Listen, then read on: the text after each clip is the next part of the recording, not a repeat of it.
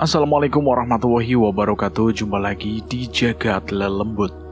Tentunya masih bersama saya Bobby yang akan menceritakan sebuah kisah misteri. Apa kabar teman-teman semua? Semoga kalian sehat selalu, panjang umur, bahagia selalu, dan sukses selalu. Dan pada kesempatan kali ini saya akan menceritakan sebuah kisah misteri. Cerita ini ditulis oleh Wandi F. Caraka. Buat teman-teman yang baru bergabung di channel ini, silahkan klik tombol subscribe dan tombol loncengnya, agar kalian tidak ketinggalan cerita terbaru dari kami. Oke, tidak usah lama-lama, kita langsung saja menuju ke ceritanya.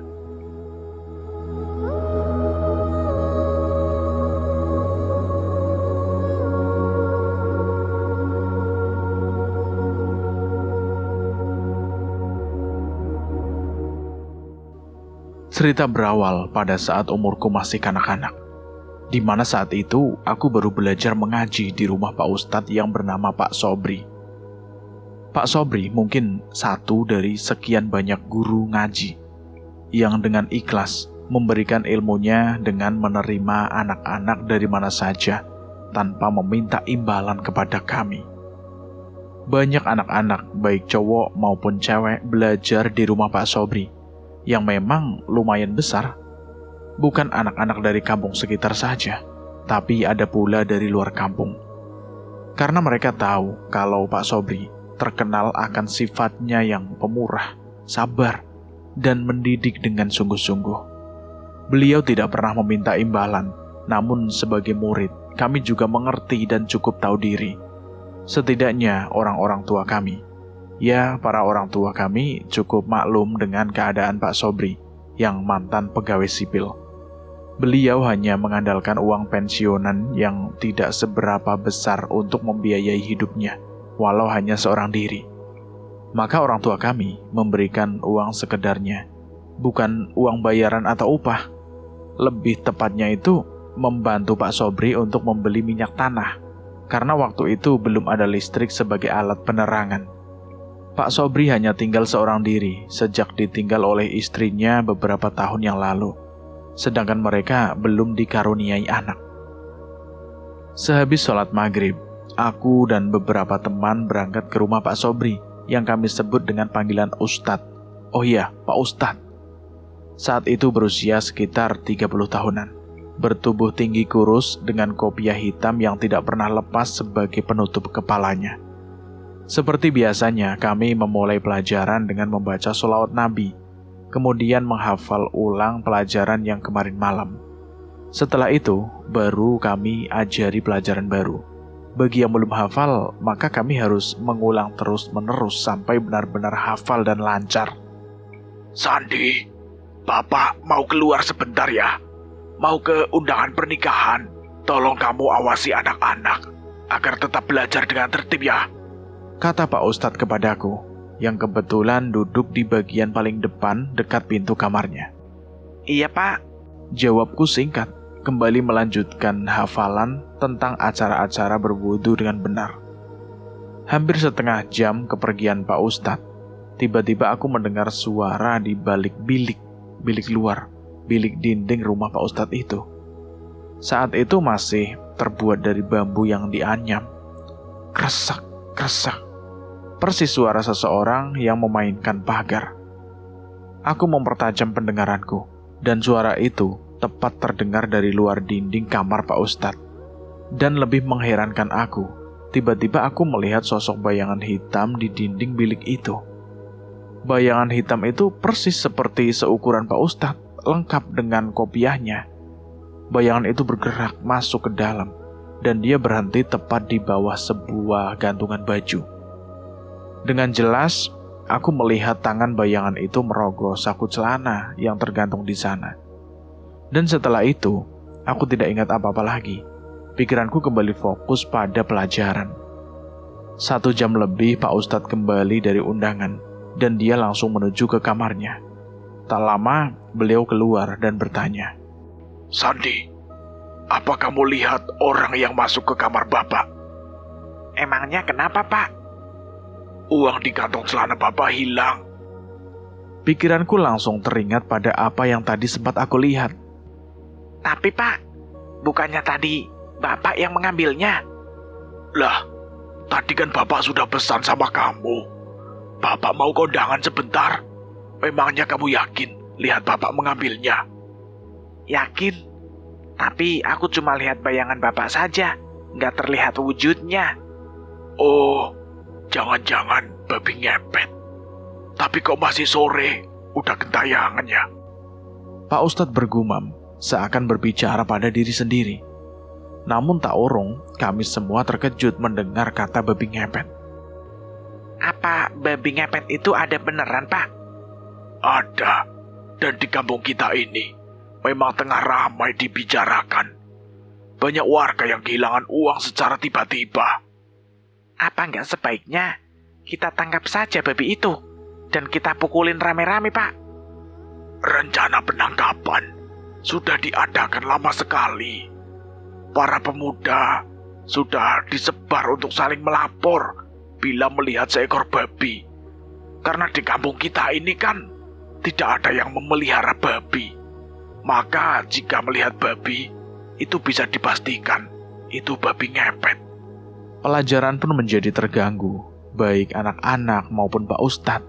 Sudah terlanjur membicarakan tentang babi ngepet. Kejar, kejar! Kepung, jangan sampai lolos! Dari kejauhan kami mendengar samar-samar teriakan-teriakan. Maka Pak Ustadz pun segera menutup pelajaran mengaji untuk malam ini.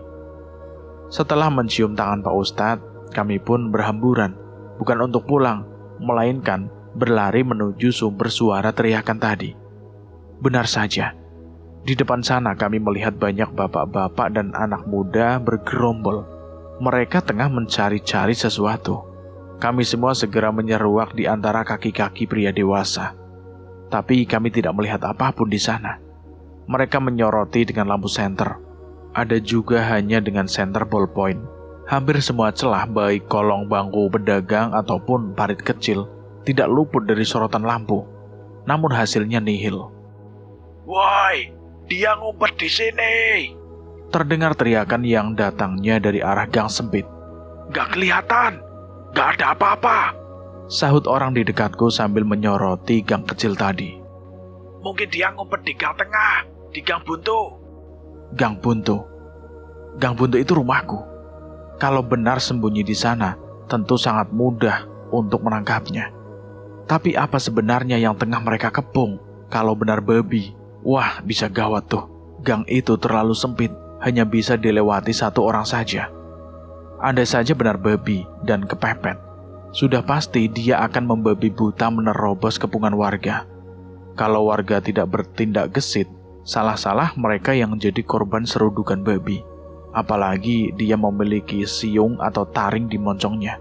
Hah, ngeri. Ayo, serbu! Dan kali ini memang kelihatan seekor babi yang lumayan besar. Binatang itu sepertinya sudah putus asa. Dia lantas menerjang ke arah kami yang sudah siap dengan berbagai macam senjata. Ada yang membawa golok, tombak, dan pukulan yang terbuat dari besi. Tapi ada juga yang hanya membawa pendungan dari bambu. Binatang yang sudah gelap mata itu berusaha menerobos kepungan warga. 1-2 pukulan telak bersarang mengenai tubuhnya. Namun binatang ini termasuk berkulit tebal. Dia tidak merasakan sakit sama sekali, bahkan nekat menerjang warga. Beberapa orang terjatuh terpelanting, terkena serudukan. Yang lain tetap mengepung membuat lingkaran. Hingga binatang itu pun terlihat bingung. Tidak ada ruang gerak untuknya. Apalagi kini warga yang semula berada di ujung gang sana sudah bergabung menjadi satu. Maka tak hayal, babi itu menjadi bulan-bulanan warga. Mereka menghantam dengan berbagai macam senjata, sehingga binatang itu terkapar bermandikan darah. Setelah itu, kami anak-anak harus pulang, karena hari telah larut malam. Aku tidak sabar ingin melihat keadaan binatang yang naas itu. Mungkin sekarang tengah mengerang, menahan rasa sakit, akibat pukulan dari benda-benda yang dipakai oleh warga. Kata Pak RT, kalau memang binatang itu makhluk jadi-jadian, besok pagi pasti ada yang datang mencarinya. Siapa ya kira-kira yang akan datang besok? Dan ketika azan subuh berkumandang, aku segera bangun. Tujuanku ingin melihat binatang itu. Dan setelah sholat subuh, aku langsung menuju pos ronda di mana semalam babi itu diamankan. Benar saja. Sekarang aku melihat ada tenda yang mengelilingi sebidang tanah, di mana di tengah-tengah itu terbaring lemah sesosok babi berbulu hitam dan memiliki taring di moncongnya. Binatang itu masih mengerang, sesekali terdengar suara seperti orang ngorong. Dan bila kita amati, ternyata dari kedua belah matanya itu meneteskan air. Dia seperti menangis, menahan sakit atau menyesal, entahlah. Semakin lama kerumunan orang semakin banyak. Bukan hanya warga kampung ini saja, melainkan dari kampung luar yang mungkin mendengar kabar tentang penangkapan babi ngepet. Sampai akhirnya, seorang perempuan muda dengan dandanan dan pakaiannya layak seorang ibu pejabat penting menyeruak di antara kerumunan warga. Heh, kalian telah menangkap dan menyiksa suamiku. Kalian telah tega menganiaya hingga sekarat seperti ini. Kata perempuan itu memandangi kerumunan warga. Oh, ibu ini istrinya binatang ini ya? Dia memang pantas menerima hukuman yang setimpal. Sebab suami ibu telah banyak merugikan orang dengan cara mengambil uang mereka. Dan kalian berdua pantas dihukum mati. Kalian telah bersekutu dengan setan. Dan hal itu tidak bisa kami maafkan. Sekarang kalian berdua akan kami bakar hidup-hidup. Ancam seorang warga, sehingga menyulut warga yang lain untuk mengikutinya. Tahan, jangan lakukan. Suara Pak RT terdengar lantang. Kita sudah menangkap binatang ini dan menghakiminya hingga dia sekarat seperti ini. Itu mungkin sudah takdirnya. Kita bukan membunuh manusia, tapi kita membunuhnya saat dia berwujud binatang. Tapi, kalau kita juga menganiaya, bahkan sampai membakar perempuan ini, maka kita akan terkena hukum, akan terjerat. Hukum pembunuhan. Karena yang kita bakar atau bunuh adalah manusia. Maka, sekarang saya minta kepada semuanya, harap tenang ya. Dan biarkan perempuan ini berbicara kepada binatang yang mungkin adalah suaminya. Biarkan mereka menyesali nasib yang telah menimpa mereka, ya. Begitulah pesan Pak RT. Kemudian Pak RT mendekati perempuan tadi, lalu membimbingnya agar mendekat pada binatang yang tengah sekarat itu. Papa, maafkan Mama yang telah lalai menjagamu sehingga Papa sampai mengalami hal ini. Semua orang tercengang melihat perempuan tadi, yang ternyata memang orang yang tengah mencari keberadaan binatang itu. Kenapa Papa keluar sebelum waktunya? Kenapa Papa tidak berpesan sama Mama terlebih dahulu? Apa Papa mencari uang Pak Ustadz? Oh, Papa, bukankah itu pantangan untuk Papa? Uang seorang ustadz itu sudah terlindungi oleh kekuatan Tuhan. Dan sekarang Papa harus menerima hukumannya. Mungkin ini memang sudah sesuai dengan perjanjian Papa. Iya, Mama juga akan meminta maaf pada warga yang sudah merasa kehilangan uangnya. Semua demi ketenangan Papa menghadap pada sang penguasa gelap siluman babi. Setelah itu, sang perempuan tadi mengeluarkan sesuatu dari tas hitamnya.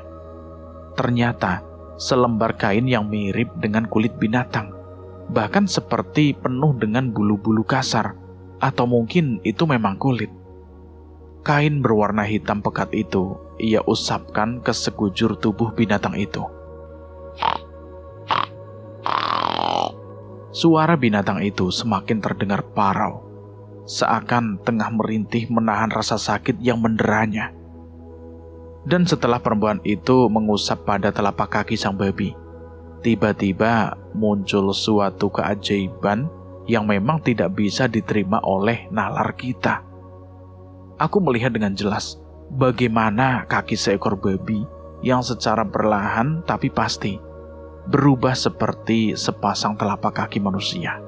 Semakin lama semakin jelas, sampai pangkal paha, dan disusul bagian tubuh hingga kepala. Iya, kepala babi itu kini telah membentuk kepala manusia. Hanya saja telinga dan bagian moncongnya tetap menggambarkan seekor hewan. Kini di hadapan kami terlihat seorang lelaki berpakaian serba hitam yang terkapar menjemput maut. Hanya saja pada bagian wajahnya, warga belum bisa mengenali secara pasti, karena masih terbungkus oleh moncong yang mirip babi hutan. Pak Ros! Seseorang berteriak menyebut nama orang yang tengah sekarat itu. Sontak saja semua orang menengok ke arah orang tadi. Kamu kenal sama orang ini?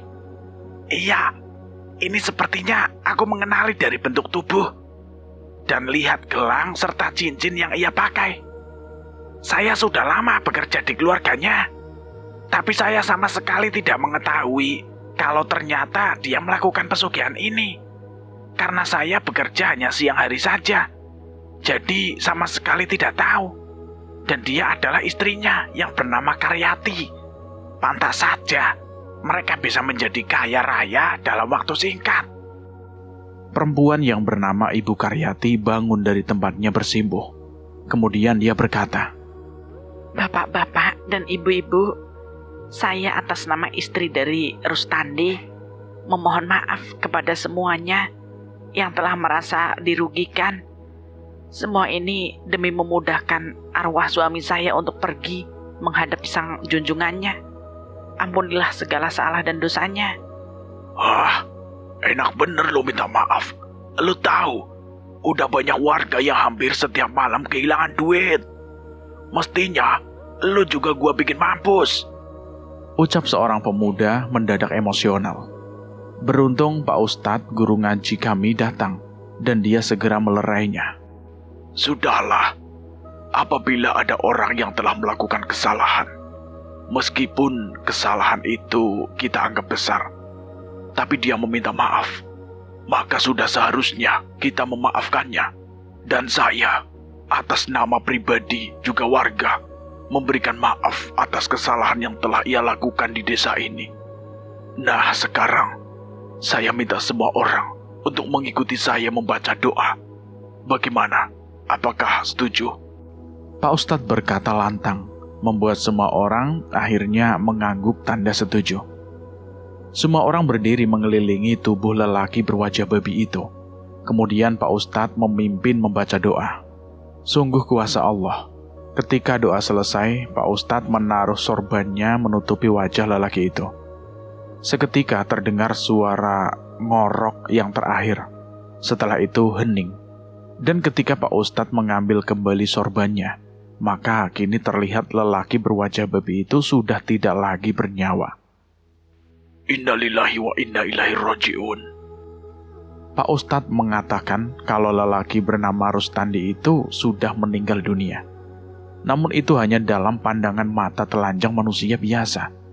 Sesungguhnya, Rustandi sudah lenyap bersama jasad wadaknya, dan kita tidak tahu apa yang akan dihadapi nanti oleh Rustandi di mahkamah pengadilan sang penguasa siluman babi, tempat di mana dia mencari pesugihan sebagai jalan pintas dalam mencari kekayaan. Lalu siapa sebenarnya Rustandi? Dan bagaimana pula dia sampai melakukan pesugihan dengan memuja sang penguasa siluman babi? Inilah cerita perjalanan kehidupan seorang pemuda yang bernama Gunaldi. Gunaldi lahir dari keluarga miskin, pasangan Darwati dan Sujono. Mereka keluarga yang selalu hidup dalam kekurangan. Bapak Sujono, ayah dari Gunaldi, yang setiap harinya menjadi seorang pemulung yang mencari-cari barang bekas di tempat-tempat pembuangan sampah. Sedangkan Ibu Daryati hanyalah seorang ibu rumah tangga yang tidak mempunyai pekerjaan. Paling-paling, sesekali ia diminta tetangganya untuk mencuci atau membantu-bantu membersihkan rumah. Sementara Gunaldi sendiri belum memiliki pekerjaan tetap. Dia terkadang ikut bekerja di proyek dengan teman-temannya. Usia Gunaldi saat itu baru menginjak angka 18 tahun. Seperti kebanyakan remaja, Gunaldi juga mempunyai mimpi hidup layak. Namun mimpinya mungkin terlalu jauh untuk ia rengkuh. Ia ingin mempunyai sebuah rumah mewah lengkap dengan semua fasilitasnya. Mempunyai seorang istri cantik sebagai teman hidupnya. Itu mungkin mimpi semua remaja dalam masa transisi. Gunaldi juga harus meninggalkan sekolah menengah atas saat masih duduk di kelas 2. Itu karena keadaan yang harus ia terima. Meski begitu, ia masih bisa bersyukur. Setidaknya masih sempat duduk di bangku SMA, walau tidak bisa sampai akhir kelas dan memiliki ijazah. Gunaldi tidak menyesali nasibnya, tidak pula menyalahkan orang tuanya. Pendek kata, ia menerima dan ikhlas dalam menghadapi segala persoalan hidupnya. Dan sebagai orang remaja, tentu saja ia sempat beberapa kali jatuh cinta, baik dengan perempuan tetangga dekat, maupun dari beberapa tempat yang pernah ia singgahi selagi bekerja. Namun seringkali ia harus menerima kenyataan pahit. Perempuan yang ia dambakan kebanyakan tidak pernah melirik sedikit pun. Bahkan kerap kali mereka hanya mencibir. Ada seorang gadis yang tidak terlalu jauh dari rumahnya yang pernah bahkan sampai saat ini masih ada dalam hatinya. Tapi setidaknya kamu mencobanya. Bukankah aku sendiri selalu berusaha dekat dengan kamu? Dan kalau kamu cukup peka, sesungguhnya aku butuh perhatian khusus dari kamu. Bukan hanya sembunyi-sembunyi. Itu tidak gentle. Dan aku tidak bisa terus-menerus berharap sama cowok seperti itu. Gunaldi hanya tertunduk lesu dalam hatinya bertanya-tanya. Benarkah apa yang diucapkan Karyati?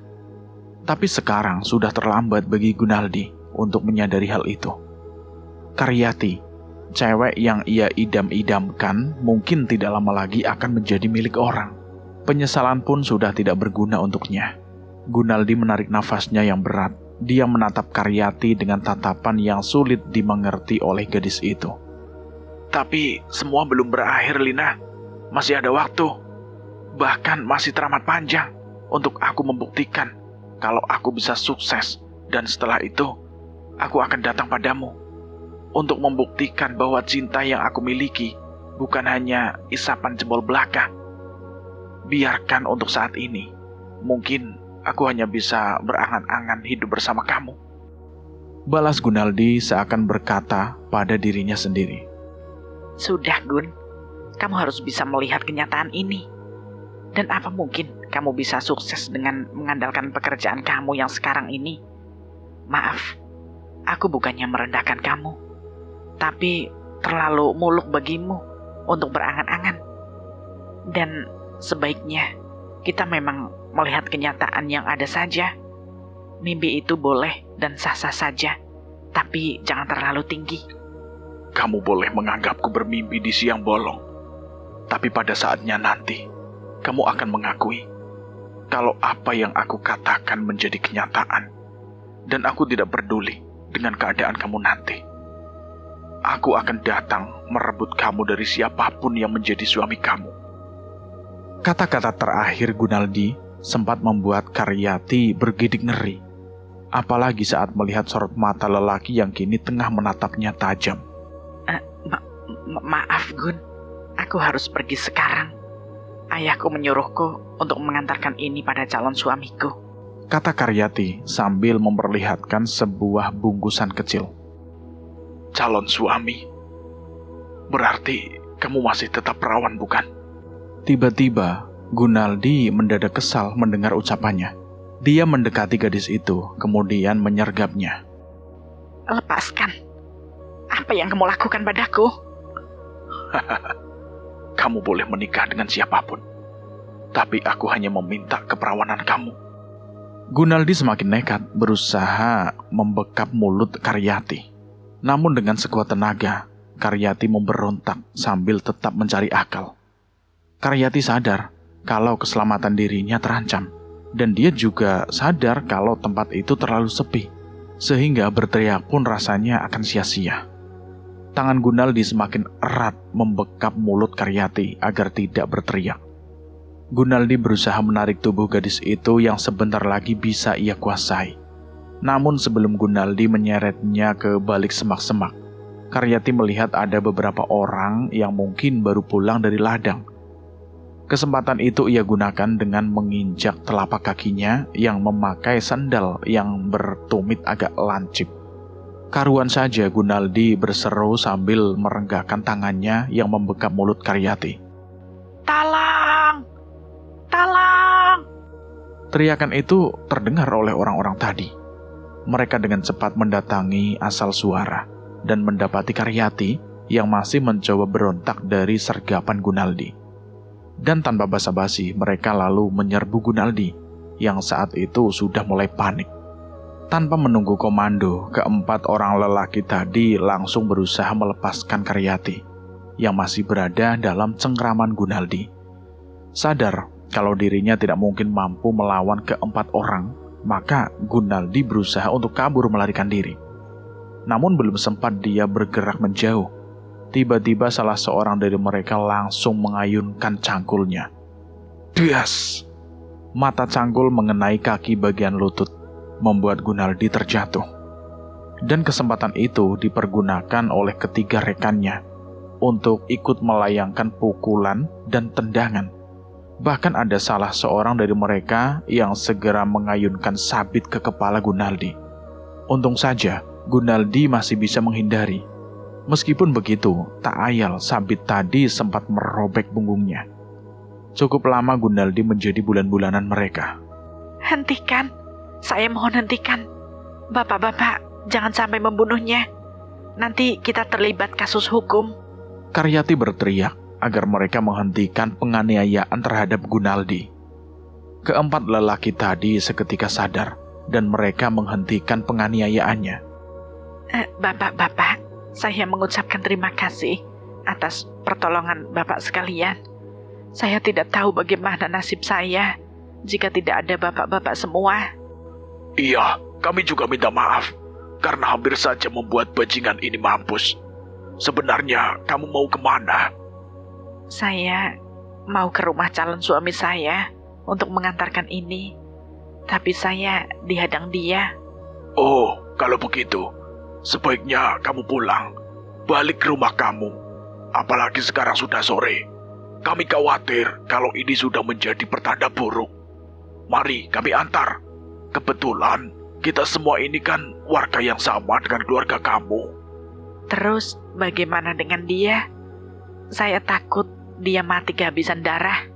Tunggu, sebaiknya kita seret orang ini ke dalam semak-semak.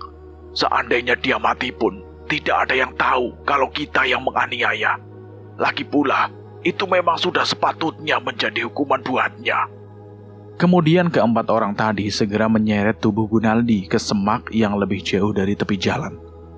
Malam sudah cukup larut saat Gunaldi baru sadar kalau dirinya berada di sebuah perkebunan liar yang hanya ditumbuhi semak belukar. Gunaldi merasakan perih di sekujur tubuhnya, terutama pada lututnya yang masih mengeluarkan darah. Ingatannya kembali pada apa yang tadi sore terjadi. Karyati telah membuat dirinya harus merasakan penderitaan seperti ini.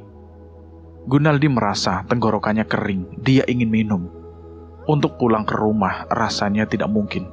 Ia malu seandainya warga kampungnya telah mendengar kabar tentang kelakuannya yang hampir menodai Karyati, gadis yang secara diam-diam ia cintai. Gunaldi berusaha bangun, namun ternyata ia tidak dapat menggerakkan kaki sebelah kirinya yang dihantam cangkul hingga luka. Namun kini ia baru sadar kalau lututnya bukan hanya luka, mungkin retak atau patah. Gunaldi pun akhirnya pasrah. Dia berusaha untuk berjalan meski harus menyeret sebelah kakinya. Gunaldi bukan berjalan menuju rumahnya, namun dia semakin masuk ke dalam perkebunan yang mendekati tepian hutan. Gunaldi sudah tidak peduli dengan keadaannya.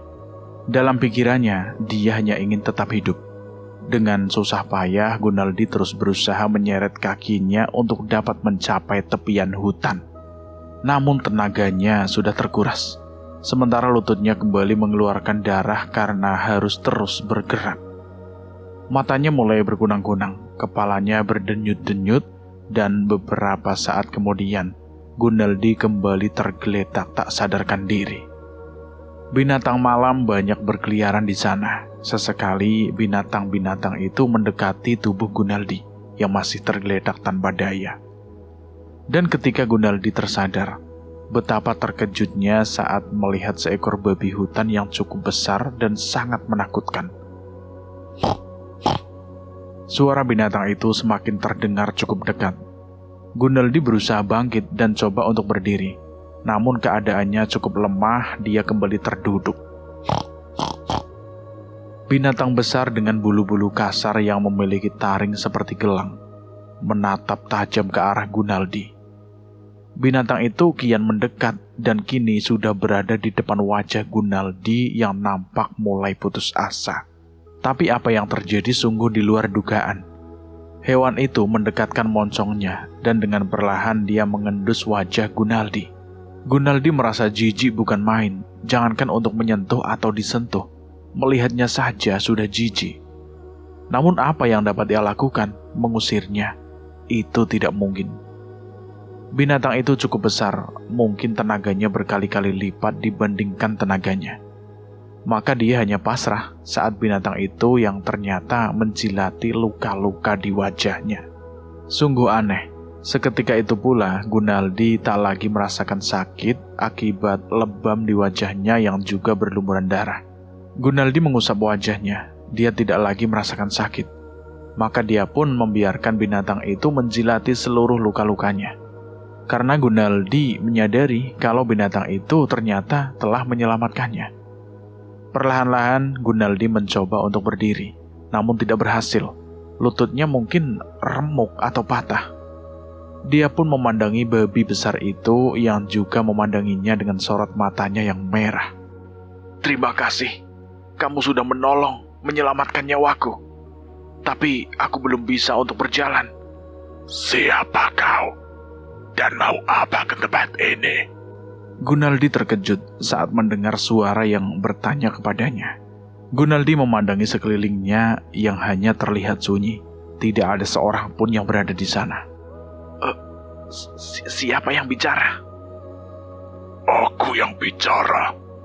Kali ini Gunaldi melihat binatang di hadapannya membuka mulutnya, seakan menunjukkan bahwa dialah yang bicara. Kamu bisa bicara? Iya, aku memang dapat bicara. Sejenak Gunaldi berpikir, jangan-jangan binatang ini adalah makhluk jadi-jadian yang menjelma menjadi seekor babi. Berarti kamu bukan binatang biasa. Apakah kamu siluman penghuni hutan ini? Benar. Aku adalah penguasa Goa Hitam. Tempatku tidak jauh dari sini. Kalau kau mau ikut, aku akan membawamu ke tempatku. Sejenak Gunaldi tercengung. Dia sudah tak punya arah lagi untuk dirinya sendiri. Ditambah lagi, mengingat kebaikan hewan yang ternyata dapat menyembuhkan lukanya hanya dalam waktu hitungan detik saja. Aku akan ikut bersamamu. Kalau begitu, naiklah ke punggungku, karena kaki kamu masih cedera. Dan tanpa diperintah 2 kali, Gunaldi pun langsung naik ke punggung binatang itu, yang secepat kilat melesat menembus kegelapan malam, hingga pada akhirnya mereka sampai di depan sebuah goa. Di depan goa nampak 2 ekor babi yang juga berukuran besar, berdiri seolah-olah keduanya adalah penjaga goa. Binatang yang ditunggangi Gunaldi seakan tengah berbicara kepada 2 penjaga goa itu. Seekor dari mereka mendekat, kemudian mengambil alih tugas. Gunaldi diminta untuk naik ke punggung babi yang tadi menjaga goa, yang kemudian membawanya masuk ke goa yang ternyata cukup panjang. Akhirnya, kini mereka sampai di sebuah ruangan yang teramat besar juga terang benderang. Gunaldi diminta untuk turun dan membaringkan tubuhnya pada sebuah batu besar yang mirip altar. Tak berapa lama kemudian, muncul seekor babi betina yang langsung mengendus-endus kaki Gunaldi. Gunaldi menahan rasa mual di perutnya, tatkala dia melihat binatang itu yang memuntahkan isi perutnya melalui moncong binatang itu. Gunaldi merasa mual melihat muntahan seekor babi yang dibalurkan ke lututnya yang cedera. Namun dia juga harus merasa lega saat merasakan reaksi pada lututnya. Dan tak berapa lama lututnya tidak lagi terasa panas, dan sedikit demi sedikit mulai dapat digerakkan. Bangunlah, berdiri dan coba melangkah. Gunaldi memandangi binatang yang masih berdiri di dekat altar. Apakah kamu yang bicara? Benar, aku yang telah mengobati luka kamu. Bangun dan berjalanlah. Gunaldi pun bangkit berdiri, dia mulai melangkah perlahan. Sungguh menakjubkan. Lututnya kini sudah tidak terasa sakit sedikit pun. Kakinya sudah bisa melangkah dengan baik. Terima kasih. Kalau boleh tahu, siapakah kalian ini?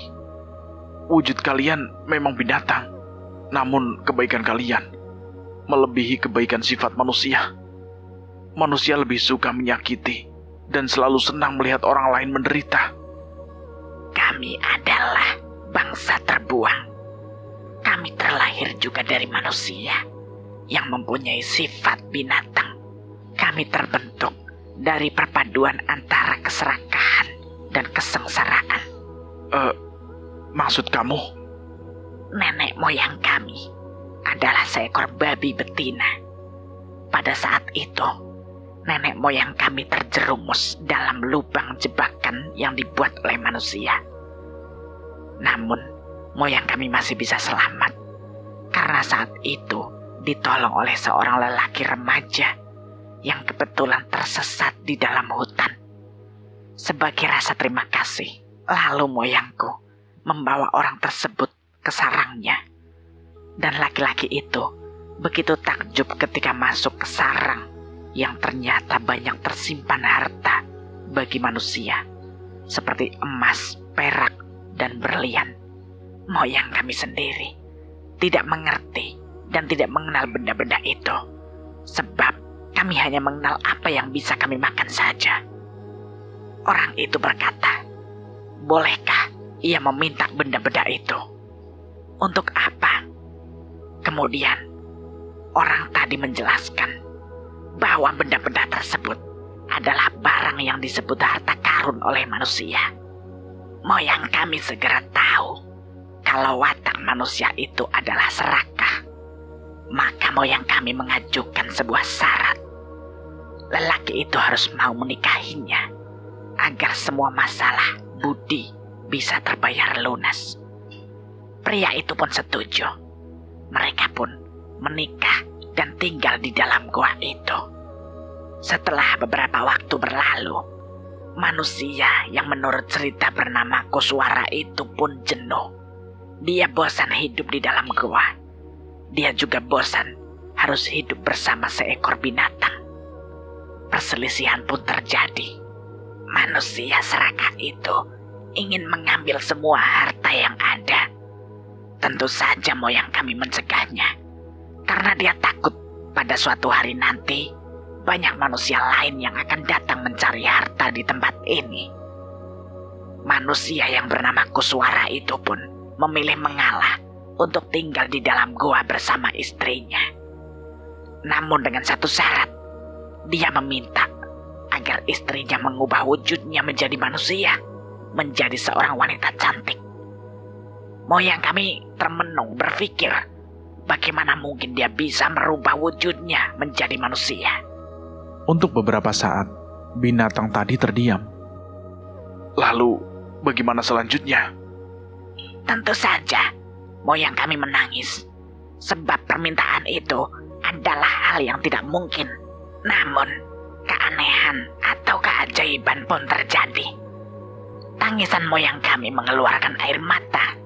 Manusia yang kini sudah menjadi suaminya itu pun merasa heran melihat binatang menitikkan air mata. Hatinya terenyuh seketika.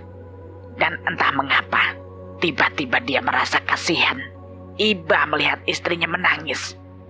Dia pun memeluknya dengan haru sambil mengucapkan kata cinta yang tulus. Sungguh benar-benar di luar akal. Mata moyang kami yang tengah diusap air matanya berubah menjadi sepasang mata manusia. Dan tanpa disadari keduanya, tiba-tiba moyang kami telah berubah wujudnya menjadi manusia seutuhnya. Maka mereka bisa hidup dengan damai, bisa melakukan hubungan intim layaknya manusia sampai melahirkan keturunan. Namun, mereka harus menerima kenyataan kalau masih ada keterbatasan yang belum bisa hilang sampai sekarang, yaitu jika purnama tiba, moyang kami pun akan kembali berubah wujud menjadi seekor babi, seperti aku ini. Binatang itu pun mengakhiri ceritanya. Tapi, kenapa kamu masih berwujud seekor hewan? Ini adalah hidup kami, terutama kami yang berkelamin betina, sama seperti moyang kami. Aku juga bisa menjadi manusia jika takdir menghendaki. Jika ada seseorang manusia yang mau mencintaiku dengan tulus hati, aku juga akan memberikan harta sebanyak yang ia minta. Karena bagi kami, harta itu tidak ada artinya. Kami bisa mendapatkannya dengan mudah apabila memang para suami kami menginginkannya. Gunaldi berpikir, seandainya dia bisa mencintai makhluk ini dengan tulus, mungkin ia akan memiliki istri yang cantik dan memiliki banyak harta. Namun itu mungkin butuh waktu untuk menumbuhkan perasaan itu. Nah, sekarang aku mau tanya, siapa nama kamu? Dan kenapa kamu bisa berada di dalam hutan ini? Namaku Gunaldi. Aku telah menjadi korban penganiayaan karena ulahku sendiri yang ingin memperkosa seseorang gadis. Gadis yang telah aku cintai namun menolak karena aku ini miskin. Dan aku tidak tahu lagi kemana aku harus berteduh.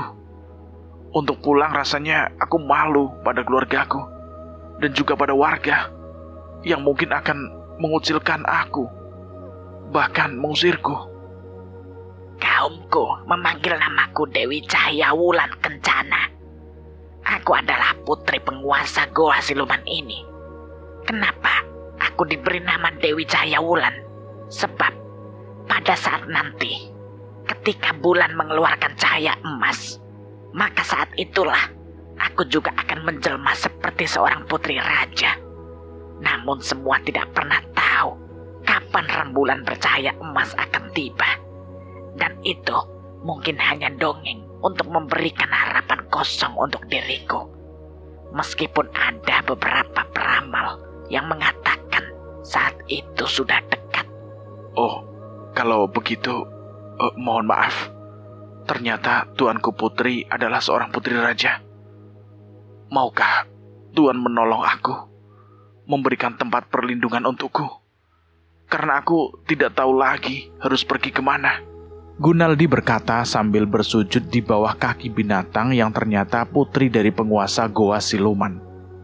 Tubuh Gunaldi pun sejajar dengan tubuh sang putri. Dan tanpa sengaja wajah Gunaldi menyentuh moncong sang putri. Aneh, Gunaldi tidak merasa jijik sedikit pun. Dia merasa mencium aroma wangi khas seorang wanita. Maka tanpa sadar, hasrat kelelakiannya pun terusik. Gunaldi mencium sang putri yang juga merasakan nikmatnya sentuhan seorang manusia. Begitu lama Gunaldi mencium wajah sang putri, bahkan bibir dan lidah mereka pun bersatu. Dan entah siapa yang memulai, akhirnya persetubuhan antara manusia dan binatang itu pun terjadi. Setelah semua usai, mereka sama-sama bergolek di lantai yang lembab oleh cairan mereka. Keringat mereka telah bersatu meresap ke dalam tanah, dan itu telah menyebabkan sesuatu yang di luar kesadaran mereka. Aku akan menikahimu, wahai Putri Dewi Cahaya Wulan. Aku akan bertanggung jawab atas perbuatanku yang telah berani menyetubuhi kamu. Apapun resikonya, aku sudah siap menerimanya. Seketika itu juga, dari lantai yang semula basah oleh peluh mereka, tiba-tiba keluar asap putih yang semakin lama semakin jelas berbentuk sepasang manusia.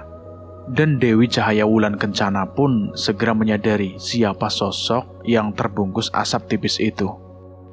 Ampuni aku, Eyang. Aku tidak bisa menahan hasratku untuk melakukan hubungan yang terlarang ini dengan manusia pemuda ini. Aku sudah lama menunggu saat-saat seperti ini. Aku ingin seperti Eyang yang bercinta secara manusia normal. Izinkan aku menikah dengan pemuda ini, Eyang. Dewi sambil bersujud di kaki kedua orang yang ternyata Eyang, jelmaan dari moyangnya di masa lalu. Bangunlah, putriku. Semua tak ada yang salah. Nafsu birahi itu berhak dimiliki oleh setiap makhluk hidup, baik manusia ataupun hewan. Mungkin sudah ditakdirkan kalau sejarah kelam keturunan kita akan terus berulang. Bukan hanya kamu yang akan mengalami reinkarnasi atau perubahan dari hewan menjadi manusia. Aku lebih suka jika nanti keturunan kamu bisa berevolusi menjadi manusia seutuhnya tanpa ada rintangan apapun. Kamu lihat, ini moyang kamu. Dia menjadi seorang manusia yang begitu cantik, namun masih ada purnama yang menghalanginya. Sedangkan kamu akan menjadi manusia seutuhnya tanpa ada gangguan apapun, hanya menunggu saat rembulan bersinar emas saja. Tapi kapan rembulan itu datang, Eyang? Apakah memang ada atau sekedar mitos untuk membuat harapan di dalam jiwaku? Justru itulah kami datang tepat malam ke-7 nanti. Sejak malam ini bulan emas akan jatuh, dan dengan tanpa kamu sadari, wujud kamu akan berubah menjadi manusia. Dan hal itu diperkuat karena ada seorang anak manusia yang dengan tulusnya melakukan persetubuhan denganmu tanpa jijik sedikit pun. Karena sesungguhnya dia mencintai atas dasar kasih yang telah kamu berikan perawatannya hingga dia bisa normal seperti semula. Bahagialah kalian, dan kami merestui kalian. Tunggulah 7 hari ke depan, kami akan datang kembali. Setelah mengucapkan kata-kata terakhir, kedua orang tua yang memang jelmaan dari sosok masa lalu itu pun menghilang. Ampun Tuanku Raja, namaku adalah Gunaldi. Aku telah berbuat salah dengan ingin memperkosa seseorang gadis yang aku cintai. Dia bahkan telah memiliki laki-laki lain karena hanya aku seorang miskin. Lagi-lagi manusia yang malang. Sudah banyak orang yang datang ke gua siluman babi untuk meminta pesugihan kepadaku. Aku memberikannya dengan syarat. Pertama, mereka harus rela, mau atau tidak. Satu dari keluarga mereka harus menjadi korban sebagai tumbal pertama. Dan dia bisa mencari harta sendiri kemana saja dengan wujud sebagai seekor babi. Dan setiap setahun sekali, mereka harus menyetorkan 1 nyawa sebagai tumbal kepadaku. Tapi ada pengecualian untukmu, hai anak muda. Kau boleh menikahi putriku. Kau boleh tinggal di istanaku, makan enak dan pakaian bagus, tanpa harus bekerja. Akhirnya sang raja penguasa kerajaan siluman babi pun mengizinkan Gunaldi untuk tinggal di istana yang megah. Bahkan Gunaldi boleh melakukan hubungan badan dengan makhluk-makhluk lainnya selain sang putri. Hal itu menurut sang raja, mungkin saja salah satu dari mereka bisa mendapatkan keturunan sebagai manusia. Namun sayangnya, Gunaldi menolak keinginan sang penguasa karena dia sudah mencintai sang putri. Hal itu tentu saja membuat sang putri merasa tersanjung. Namun jauh dalam benak Gunaldi, ia menolak hubungan badan secara bebas itu sama sekali tidak diminatinya. Sebab wujud mereka semua sama satu dengan yang lainnya, yaitu seekor babi yang sebenarnya sangat menjijikan. Malam pun telah merambat menuju gelap. Sosok-sosok hewan babi itu pun sudah banyak yang berubah. Semula dapat berjalan tegak dengan kedua kakinya. Namun perwujudan mereka tetap tidak ada yang menarik minat untuk Gunaldi. Mereka kebanyakan memiliki perwujudan seperti seekor kera, walaupun ada yang agak mirip dengan manusia, namun tidak sempurna. Tangan-tangan mereka masih terlihat panjang hingga mencapai lutut. Telinga mereka pun terlihat lebih panjang, laksana telinga seekor serigala. Mereka mulai menyebar ke dunia manusia untuk mencari mangsa agar bisa mengikuti mereka dan masuk dalam jeratnya. Sama halnya dengan Gunaldi, yang secara tidak langsung masuk dalam jerat sang putri. Namun tanpa ia sadari, kalau ternyata dia memang mencintai sang putri yang telah menolongnya selamat dari kematian. Ternyata makhluk itu juga bermasyarakat, saling mengenal satu sama lain, saling bantu dalam suatu pekerjaan. Mereka hidup penuh dengan kerukunan. Akhirnya, hari yang ditunggu-tunggu datang juga. Ini adalah hari ke-6 sejak apa yang dikatakan sang legenda hidup, yaitu Kuswara, yang kini telah hidup abadi dengan sang putri, yang kini telah hidup abadi dengan sang istri yang dulunya juga seekor babi betina. Berarti nanti malam adalah saat purnama bulan emas akan tiba. Malam ini mungkin akan menjadi malam yang bersejarah bagi putri khususnya, dan bagi masyarakat Goa Siluman Babi pada umumnya. Benarkah purnama emas ini akan dapat merubah bentuk sang putri dari seekor babi yang buruk rupa menjadi seorang gadis yang cantik jelita? Gunaldi menyaksikan pemandangan malam ini sungguh luar biasa. Rakyat Goa Siluman semua hadir di tengah-tengah lapang untuk menunggu sang rembulan emas muncul tengah malam nanti. Sang putri mengajaknya untuk berkumpul bersama mereka. Bahkan yang mulia sang penguasa pun sudah hadir di sana. Kami semua menunggu saat rembulan emas tiba. Goa Siluman Babi kini nampak terang benderang. Rembulan yang tengah berenang di atas langit kelam mulai memendarkan cahaya emasnya.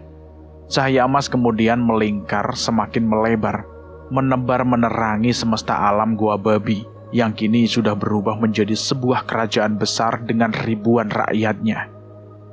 Putri Cahaya Wulan Kencana terbaring di tengah lapang dengan beralaskan permadani merah. Matanya memandang lepas ke atas langit, berharap sinar emas membentuk lingkaran cincin cepat jatuh, menyentuh dan menyelimuti tubuhnya. Inilah saat-saat yang paling ia tunggu selama bertahun-tahun. Memang, menurut ramalan dari nenek moyangnya, jika malam telah terbit rembulan dengan sinar berwarna emas, maka saat itulah sang putri akan berubah wujudnya seperti manusia pada umumnya, dan dia akan hidup abadi dalam wujud sebagai manusia. Gunaldi sudah mengungkapkan cintanya yang benar-benar tumbuh dari dalam hatinya. Cinta yang tulus berdasarkan dari rasa kasih sayang yang telah putri lakukan untuk dirinya. Moyang sang putri telah menyelamatkan dirinya saat dia telah mengalami cedera akibat dianiaya oleh 4 seorang laki-laki, yang saat itu membebaskan seorang perempuan yang akan menjadi korban kebejatan moral dari Gunaldi. Moyangnya telah membawanya ke Goa Babi, dan sang putri memberikan pengobatan hingga Gunaldi benar-benar sembuh. Pada mulanya, Gunaldi memang silau oleh gemerlapnya harta yang terdapat di dalam goa. Tumpukan emas dan berbagai perhiasan banyak terdapat di sana. Namun entah mengapa, pada akhirnya Gunaldi melupakan semua gemerlap harta dan menumpahkan kasihnya pada putri yang sekalipun masih berwujud seekor babi betina. Gunaldi dan putri melakukan hubungan badan dengan penuh rasa saling membutuhkan. Bahkan Gunaldi tetap akan bertahan ingin melihat rembulan emas malam ini yang akan merubah cerita hidupnya di waktu yang akan datang. Rembulan telah bersinar penuh. Tebaran sinar emas mulai luruh. Perlahan tapi pasti, sinar emas mulai jatuh menyentuh bumi. Dan tiba-tiba, Gunaldi mendengarnya dengan penuh getar ketakutan. Benarkah kutukan itu akan datang jika ia berani melanggar pantangan? Bukankah dia akan tetap tinggal di sini, di kerajaan ini?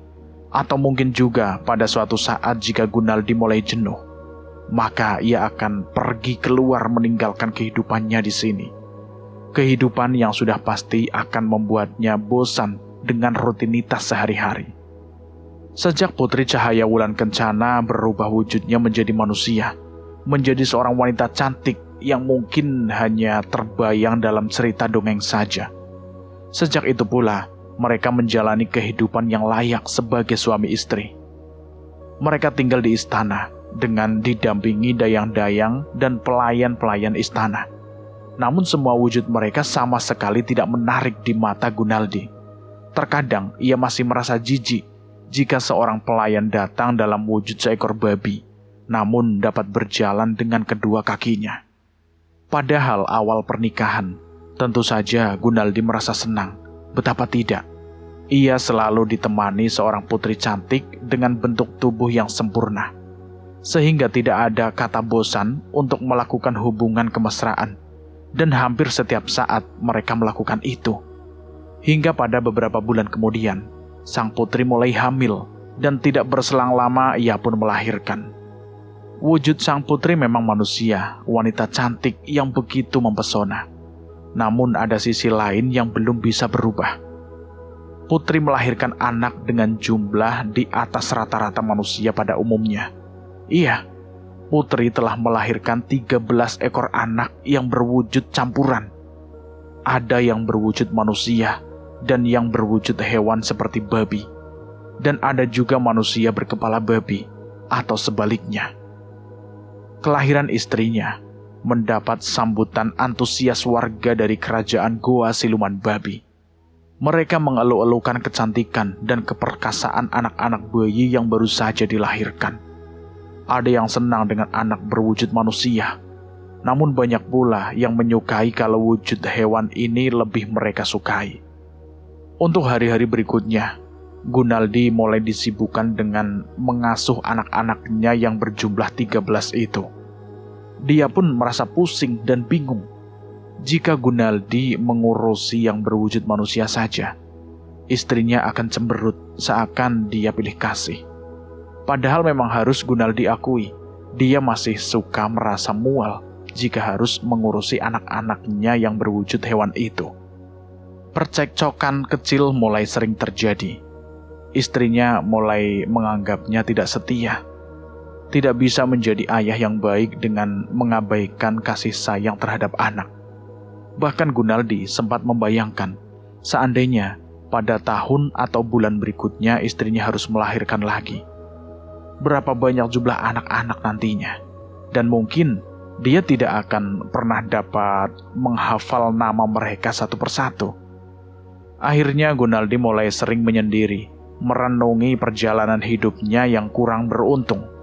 Dia mengingat kenangan bersama keluarganya, mengenang kebahagiaan di tengah kemiskinan hidup mereka. Namun mereka tetap gigih berusaha untuk tetap bertahan hidup. Tapi itu terserah pilihan Kakang. Kalau memang Kakang harus pergi, pergilah. Aku memilih tinggal bersama bangsaku. Karena aku berpendapat kalau bangsa manusia adalah bangsa yang tak punya prinsip, selalu berubah-ubah keinginan demi menuruti kata hatinya yang kebanyakan lebih besar sifat buruknya, iri hati dan cepat patah semangat, putus asa. Itulah manusia, selain itu juga serakah, kata sang putri yang dengan ungkapan hatinya memberikan kebebasan. Kebebasan itu mahal harganya. Gunaldi membayangkan nanti jika kembali ke dunianya, mampukah dia bertahan dalam keterbatasannya kembali sebagai dirinya yang dulu, miskin dan emosional. Tapi biar bagaimanapun juga, dia masih ingin hidup layak. Dia tidak mau menghabiskan sisa umurnya di tempat yang tidak pernah ia bayangkan jauh sebelumnya. Maaf Putri, kata-kata kamu memang betul. Manusia itu adalah makhluk yang penuh dengan sikap dan sifat sisi gelapnya, ketimbang putih hati dan jiwanya. Kebanyakan juga manusia selalu menebarkan kerusakan pada alam, dan juga bisa menciptakan kehancuran. Karena manusia diberikan kelebihan dari makhluk lain yang hanya hidup atas dasar naluri saja. Manusia diberikan akal dan ilmu pengetahuan, Namun, sebagian orang telah menyalahgunakan akal untuk menipu sesamanya. Seperti halnya denganku. Aku terlalu mengikuti kata hatiku yang penuh dengan hawa nafsu, sehingga akal hasratku tidak dapat berpikir dengan jernih. Egoku di atas segalanya, dan berakibat buruk pada akhirnya. Ucap Gunaldi mengandung penyesalan pada masa lalunya. Jadi, apa yang akan Kakang lakukan? Apakah Kakang sudah mengambil keputusan? Dengan berat hati, aku memilih pergi, Putri. Jika kamu mencintaiku, ikutlah bersamaku. Hidup sebagaimana hidupnya seorang manusia. Kata Gunaldi sambil memandangi wajah istrinya yang tenang seakan tidak terpengaruh oleh suasana hati Gunaldi. Tidak, Kakang. Kamu telah memberikan yang terbaik buat aku, buat rakyat Goa Siluman Babi. Aku bangga padamu, bangga karena telah kamu cintai, sehingga aku bisa mewujudkan impianku menjadi seorang manusia. Namun untuk ikut bersama kamu, aku tidak mungkin, Kang. Kenapa? Bukankah kamu juga mencintai aku? Benar, Kakang. Aku mencintai kamu. Tapi bukan berarti harus mengorbankan nasib bangsaku. Ketahuilah, ayahku Baginda Raja sudah semakin tua. Mungkin usianya tidak terlalu lama lagi. Sedangkan putra mahkota yaitu anakmu masih kecil. Semula, ayah berharap agar kamu bisa menjadi seorang pangeran sampai menunggu anak kita dewasa untuk menggantikan posisi ayah memimpin negeri ini. Tapi harapan ayah mungkin hanya harapan kosong. Kamu tidak bisa memegang janjimu sendiri. Tapi aku juga sudah cukup memaklumi apa yang Kakang mau. Untuk itulah, aku bertahan untuk tetap hidup bersama rakyatku sebagai ratu dari mereka. Tapi Kakang tidak perlu cemas. Jika Kakang merindukan aku kapanpun itu, aku bisa hadir dalam waktu yang singkat. Atau Kakang sendiri yang datang menemui aku dan anak-anak kita. Dan agar Kakang tidak lagi sulit dalam kehidupan nanti, Kakang boleh membawa harta sebanyak yang Kakang mau. Hiduplah menjadi orang yang terhormat, terpandang, tidak kembali dalam kehidupan Kakang yang dulu. Dan jika Kakang masih berharap untuk memiliki perempuan yang bernama Karyati, ambillah dia dengan hartamu. Caranya mungkin Kakang akan segera tahu. Untuk itu, sebelum Kakang pergi, aku mohon bicara ya baik kepada ayah, agar Kakang tahu siapa yang boleh dan tidak boleh dilakukan di luar sana. Kalau menuruti kata hati, Gunaldi ingin mengambil semua harta kekayaan yang banyak yang terdapat di dalam istana sang raja. Namun dia juga berpikir kalau dia adalah suami dari sang putri raja. Tidak baik buat Gunaldi bersikap serakah dengan mengambil sebanyak-banyaknya. Untuk apa? Toh Gunaldi sendiri kini sudah diberkali sebuah mustika oleh sang raja untuk bekal perjalanan hidupnya nanti. Sebuah bola emas berukuran kecil yang akan dapat membantunya nanti untuk mencari kekayaan di dunia manusia. Sang Baginda Raja tahu dan memahami betul dengan watak manusia yang kebanyakan serakah dan rakus. Gunaldi hanya membawa sekantong perhiasan yang sudah berbentuk seperti kalung, gelang, dan cincin, dan beberapa emas batangan yang nanti akan ia jual untuk modal mencari tempat tinggal. Hari masih terlalu pagi untuk ke toko emas. Gunaldi terpaksa menunggunya. Sampai agak siang, barulah Gunaldi bernegosiasi dengan pemilik toko emas tersebut. Pemilik toko seperti terkesima demi melihat banyaknya perhiasan di dalam kain kantong milik Gunaldi. Mungkin pemilik toko juga menaruh curiga pada Gunaldi, memiliki perhiasan itu dari hasil perampok toko.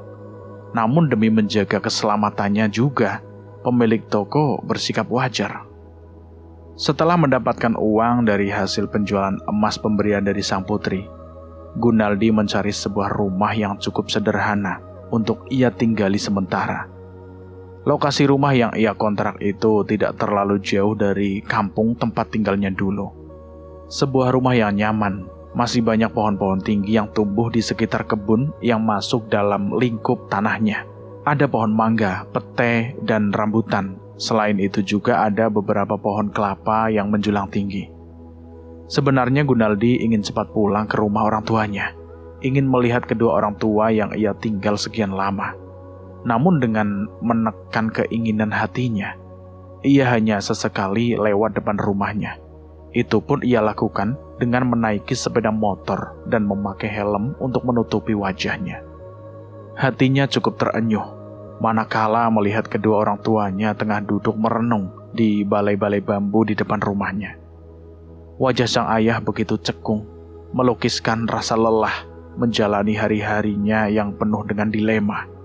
Ayah Gunaldi memang pekerja keras meski sebagai pekerja serabutan. Sementara ibunya hanya seorang ibu rumah tangga biasa yang hanya mengandalkan penghasilan dari suaminya untuk memenuhi kebutuhan hidup sehari-hari. Gunaldi turun dari motornya. Ia membuka dompet, mengeluarkan beberapa lembar uang kertas. Kemudian dia melangkah dan berhenti hanya beberapa meter dari tempat kedua orang tuanya. Gunaldi menyelipkan lembaran uang itu pada cabang sebatang pohon jambu batu. Dan tanpa berkata apapun, dia membalikan badannya meninggalkan kedua orang tuanya. Sebenarnya batin Gunaldi menangis, dan semakin ia menekan perasaannya, makin tak kuasa ia menahan keharuan hatinya di balik helm hitamnya. Mata Gunaldi berkaca-kaca dan menangis.